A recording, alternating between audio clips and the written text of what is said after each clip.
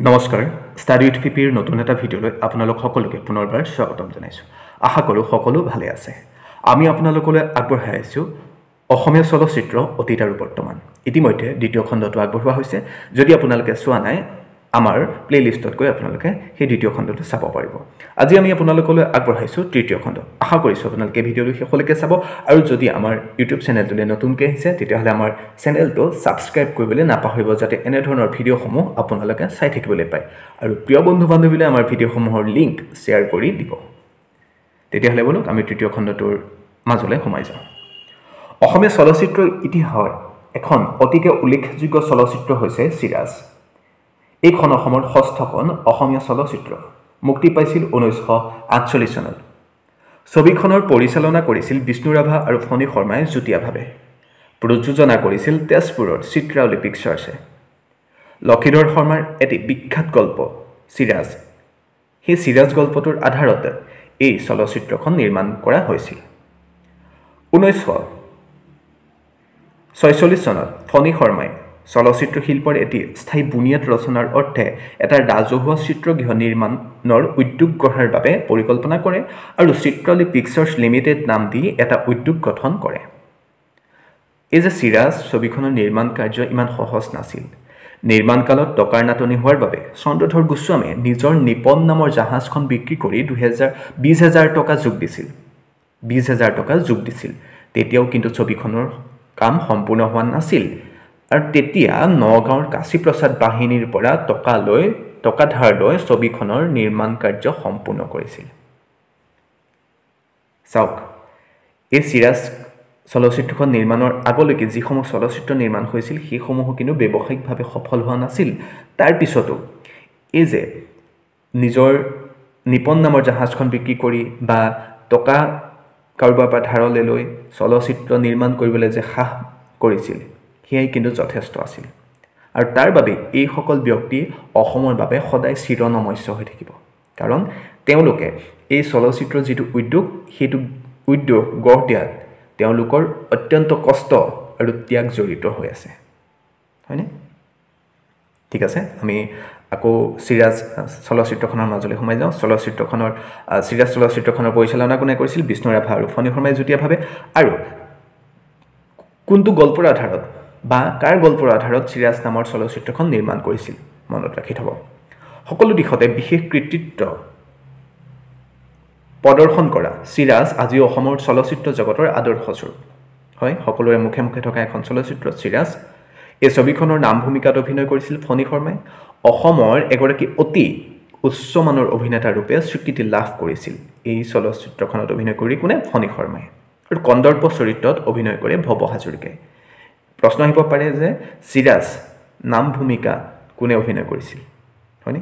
যিহেতু এনেধৰণৰ প্ৰশ্ন আহি গৈছে সেইবাবে মই কৈ থ'লোঁ, মনত ৰাখি থ'ব। আৰু এই ছবিখনৰ সংগীত পৰিচালক আছিল বিষ্ণু ৰাভা। তেওঁ যিহেতু পৰিচালনাও আছিল আৰু সংগীত পৰিচালকো আছিল। আৰু সহকাৰী সংগীত পৰিচালক আছিল ডক্টৰ ভূপেন হাজৰিকা আৰু শিৱ ভট্টাচাৰ্য।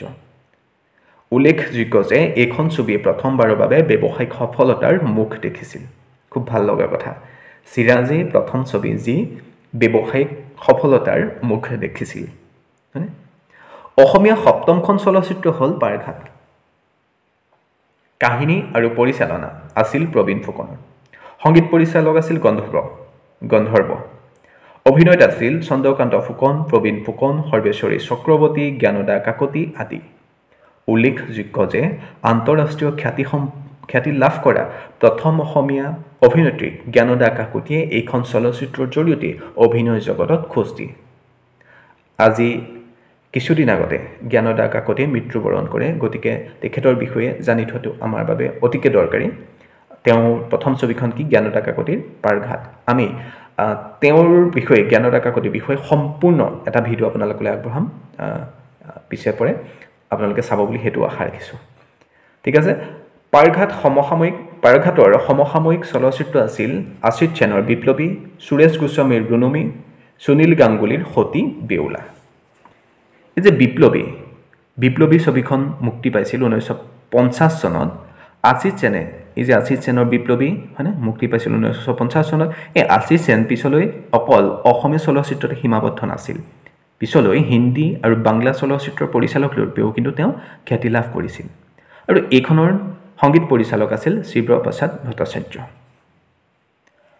সতী বেউলা দশম অসমীয়া কথাছবি মুক্তি পাইছিল 1954 চনত পৰিচালক সুনীল গাংগুলী আছিল এইখন ছবি অসমীয়া আৰু বাংলা দুইটা ভাষাতে নিৰ্মাণ কৰা হৈছিল সতী বেউলাত মুখ্য ভূমিকাত অভিনয় কৰিছিল ছবি বিশ্বাসে আৰু চান্দ সাগৰৰ ভূমিকাত অভিনয় কৰিছিল ফণী শৰ্মাই সংগীত পৰিচালনা কৰিছিল ডক্টৰ ভূপেন হাজৰিকাই সতী বেউলা প্ৰথম অসমীয়া ধৰ্মমূলক ছবি এইটো এটা গুৰুত্বপূৰ্ণ তথ্য প্ৰথম অসমীয়া ধৰ্মমূলক ছবি কি সতী বেউলা এই কথা আপোনালোকে মনত ৰাখি থব এইকেইখন ছবিয়ে ব্যৱসায়িক দিশত সফলতাৰ কিছু মুখ দেখিছিল যদিও খোপনি পুতিছিল বুলি ক'ব নোৱাৰি হয়নে আমি অসমীয়া দশম যিখন চলচ্চিত্ৰ সতী বেউলা তাৰলৈকে আজি আপোনালোকক ক'লো খুব গুৰুত্বপূৰ্ণ তথ্যসমূহ আপোনালোকে মনত ৰাখি থব যে প্ৰথম অসমীয়া ধৰ্মমূলক ছবি কি হয়নে চিৰাজ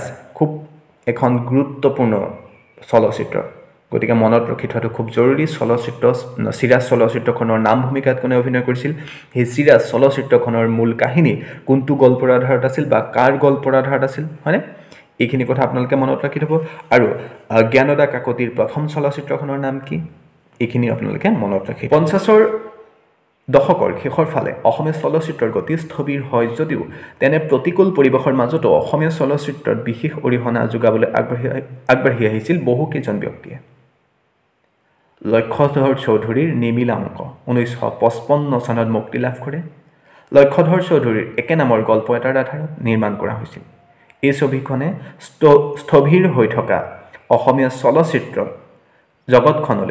জগতখন সবল কৰি তোলে মানে নিবিলা অংককাৰ লক্ষ্যধৰ চৌধুৰী মুক্তি পাইছিল 1955 চনত খুব গুৰুত্বপূৰ্ণ এখন চলচ্চিত্ৰ আৰু লক্ষ্যধৰ চৌধুৰী একে নামৰ এটা গল্পৰ আধাৰত নিৰ্মাণ কৰা হৈছিল কোনোবা এজন ব্যক্তিয়ে কৈছিল যে লক্ষ্যধৰ চৌধুৰীৰ নিমিলা অংক চলচ্চিত্ৰই অসমীয়া নিমিলা চলচ্চিত্ৰখন মিলাই দিছিল চলচ্চিত্ৰ উদ্যোগটো মিলাই দিছিল এইকাৰণে কৈছিল যে তেতিয়ালৈকে কি হৈছিল অসমীয়া চলচ্চিত্ৰ উদ্যোগটো স্থবিৰ হৈ পৰিছিল আৰু সেই নিমিলা অংকই এটা ভেটি গ্ৰহ দিছিল পুনৰ মানে সেইকাৰণে কৈছিল যে নিমিলা অংকই পুনৰ সেই অসমীয়া চলচ্চিত্ৰ উদ্যোগটো মিলাই দিছিল হয়নে মনত ৰাখি থব সেইকাৰণে খুব গুৰুত্বপূৰ্ণ অসমীয়া চলচ্চিত্ৰ জগতৰ এজন বিশিষ্ট ব্যক্তি হ'ল ফণী শৰ্মা এই দশকৰ এখন উল্লেখযোগ্য ছবি হ'ল ফণী শৰ্মাৰ পিয়লি ফুকন এইখনো 1955 চনতে মুক্তি পাইছিল পিয়লি ফুকন হৈছে